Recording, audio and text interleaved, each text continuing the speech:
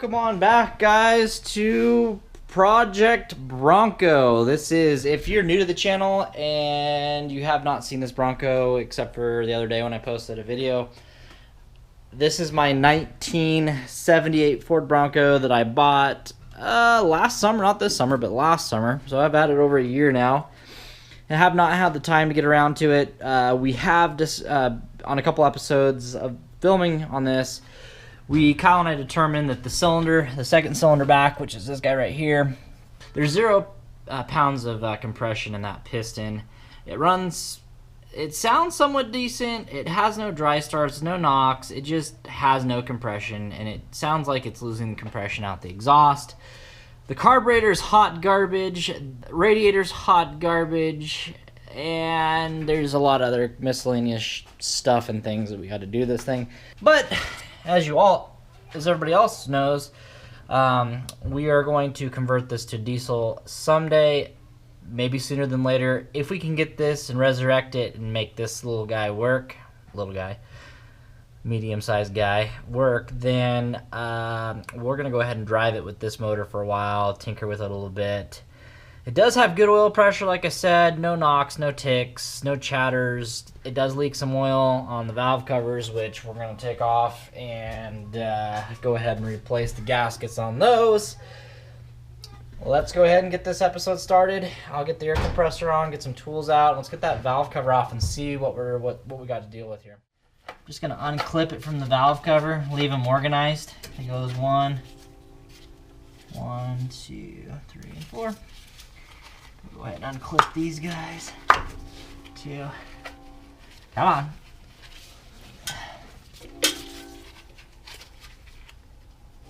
3. Come on. You're just a fucking spark plug wire. Just what the? Jiminy Christmas! Approximately 10 hours later. Alright, so now you're sitting on top of the carburetor, you're looking down on the driver's side. Driver's side valve cover. And we've got this cool cruise control fucking thing right here that I don't even fucking think works. These bead looking things, whatever you want to call them, to the throttle. You don't want to bend this piece unless you want to go out and try to find one in a junkyard. A lot of this stuff, you can't find this crap anymore.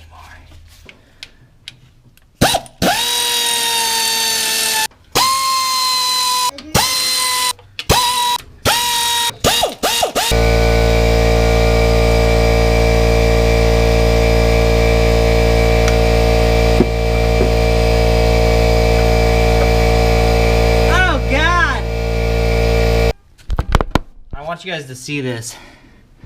This is all engine sludge. Look at this. I'm pulling it out. This is why you don't use Pennzoil, people. Oh my God. Look at this. It's all, there's so much sludge. It is not clean. This is not a clean engine. Okay, I'm going to turn it over, tubers. Let's see what it's going to do. I just ripped my glove.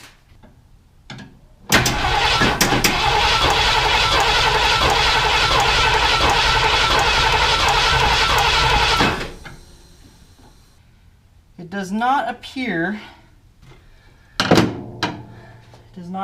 to be a stock lifter or a stock or bent push rod. So it's not going to happen tonight, guys. I'm going to call it a night for tonight. But tomorrow, in the same video, we're going to continue to dissect this motor. We're going to go ahead and pull off all the top components, put this thing top dead center so we know where timing's at. Distributor out, carburetor off, intake manifold out, other valve cover out, exhaust manifolds unbolt, and then we will yank that head off and get down in there and see what the hell's going on, and if we can fix it. With what I'm seeing, this is a original motor. This hasn't been rebuilt in its life. I honestly think that this is the original motor that has never been in. I mean, nobody's been in. Look at this. I mean, the valve cover literally is coming off in pieces, and it is older. It's older than I am. And with the engine sludge, I mean, look at the sludge inside of this engine. My Atlanta. And rust. There's rust and sludge and yuck. This isn't worth putting too much money into. If we could, I mean, I don't know. It seems to run good when it's running, but holy shit, Batman. That sludge is a... Whew. Good morning, everybody. Next day. So, I feel like getting into this thing today. We're going to go ahead and turn on a time lapse, I think, and let's get all this shit out of here. Intake manifold, distributor, carburetor, other valve cover, and let's get down to the bare block here. The nice thing about these motors, unlike the 390, back in the day when if you wanted to take the intake manifold off like a 390, you had to take all the push rods out first and then take the intake off. We're going to take the intake off and then we'll go find something to organize these push rods with. We might just throw this engine in the garbage and hunt down a 460 for the time being. As funny as that sounds, I wouldn't be opposed to doing that. I don't know, we'll see.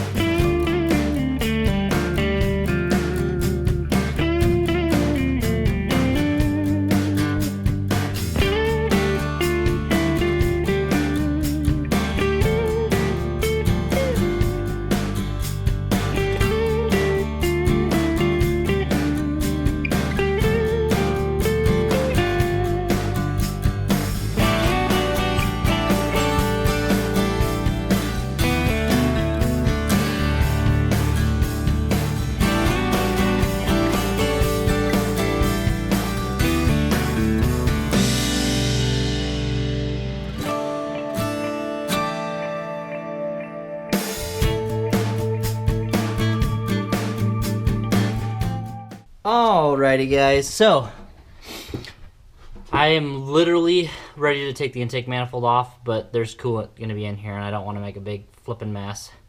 So I want to drain the radiator. It needs to be drained anyway because this radiator's pig shit. That we do get this motor going regardless what motor we put in. Oh, whoops. Regardless what motor we put in here, we have to put a new radiator. This thing's just garbage. Alright guys, just went ahead, took the old DeWalt and stabbed her right on the bottom, drilled a hole right up straight through the radiator because I was done fucking trying to play with the drain valve. You're probably like, oh my god, why? The radiator's fucked anyway. Who gives a fuck? Like, it is complete pig shit. It's got to be replaced. It doesn't matter what motor we got in here. So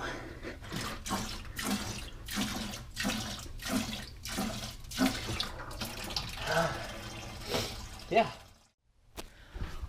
Alright guys, as you can see, intake's off.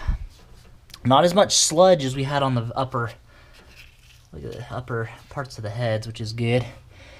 It looks like it got moisture under the valve covers from sitting all these years. So we're gonna take both heads off. If we can fix this motor, take both heads off and get them cleaned up, new parts. Yeah, maybe a new cam.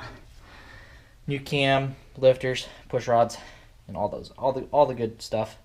So let's get this head off. Let's go back to a time lapse. Let's get the exhaust manifold bolts broke loose and get them out, and then we'll go ahead and get this head off.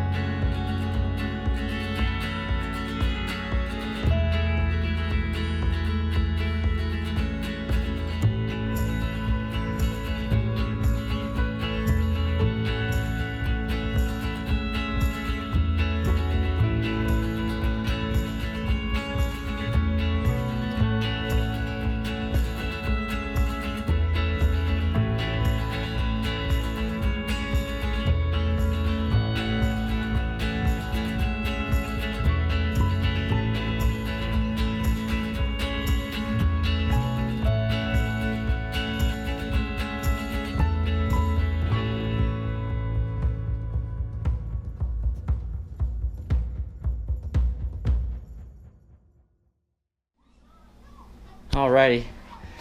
Alright, guys. Son of a bitch, almost fell. Got to get all that water out of the heads, or out of the engine. Got the head off. Want to see what I found? I bet you do. Look what I found. I don't know if you guys can see that. Let me get a light on it. That was our culprit the whole time. These other valves don't look too bad. I don't know what to do. I think we're gonna go ahead and put a head on this thing. And yeah, get this thing running and driving. So I could either, there's a couple ways to fix this. I'm gonna think about it, shut the camera off, and just hurt my knee. That's awesome. This is actually a simple fix. Just depends on how much money I want to put into this motor at this point. So yeah, let me think about this and get back to you guys.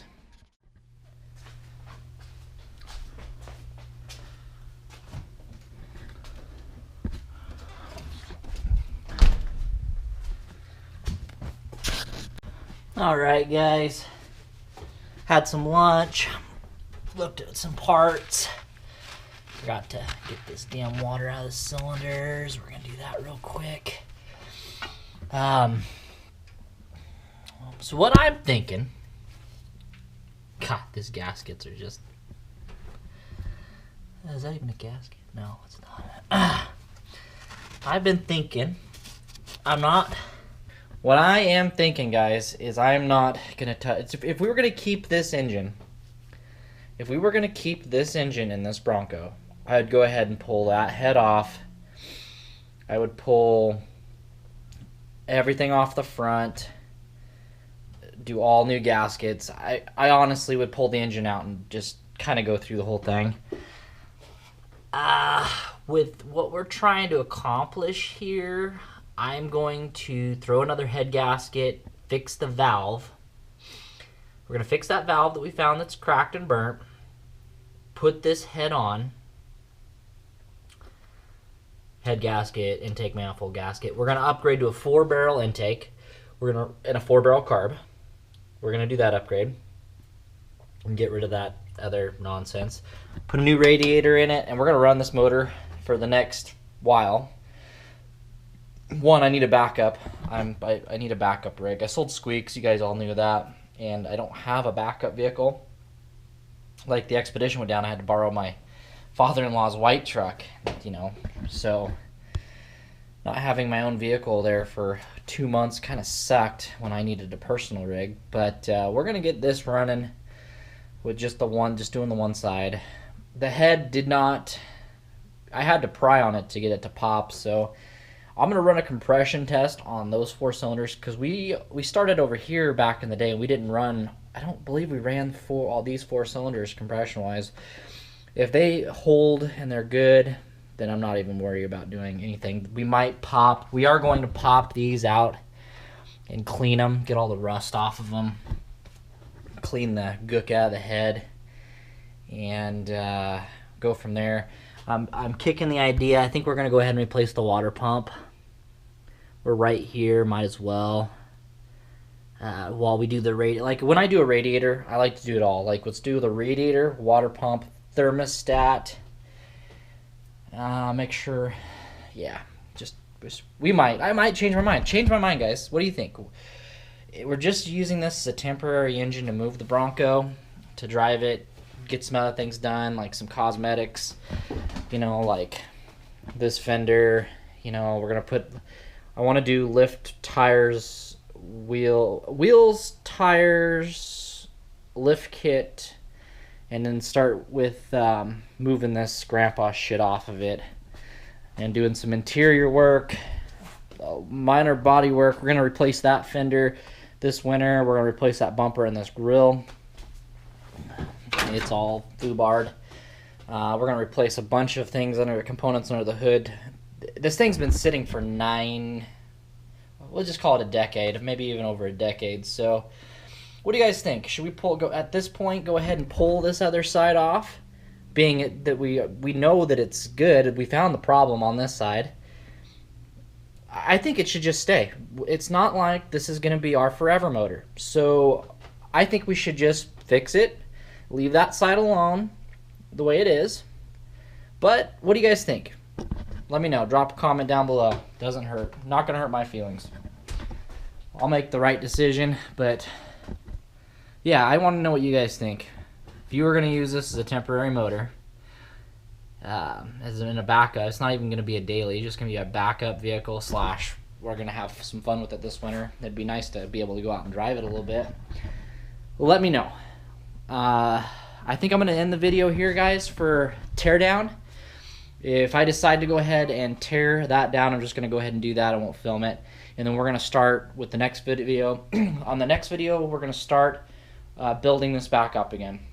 Head gasket, intake manifold. I might put some paint on the valve cover gaskets. So next video, we will start building this thing back up, which is going to be really, really soon. This is not going to sit in this garage for 2 months. It is going to get back on the road within this week, and I'm just gonna film and just keep posting shit, keep posting video for you guys, so we can, yeah, we're gonna start swinging at the Bronco, and we're also gonna start swinging at Kyle's truck as soon as he gets back. I want to get these 2 vehicles back up and running. Well, his has never been up and running, but I want to get that done, and I want to get this Bronco done, and I want to start hunting down a 12 valve Cummins for this old girl. It's funny, we were talking about 4BT. One popped up on Craigslist this morning in Bend, 15 miles from where I live. I'm not sure if it's a P pump or a VE pump. There's not too much information, but they want $3,500 for it, and I think that's a bit outrageous for an old 4-cylinder Cummins when you can buy a 6BT for a lot cheaper. So I missed one the other day for $1,800. Go figure. So guys, with that being said, give this video a big thumbs up, comment down below, subscribe if you have not already, and we have got more Bronco videos and F-150 Cummins videos coming around the corner. So stay tuned.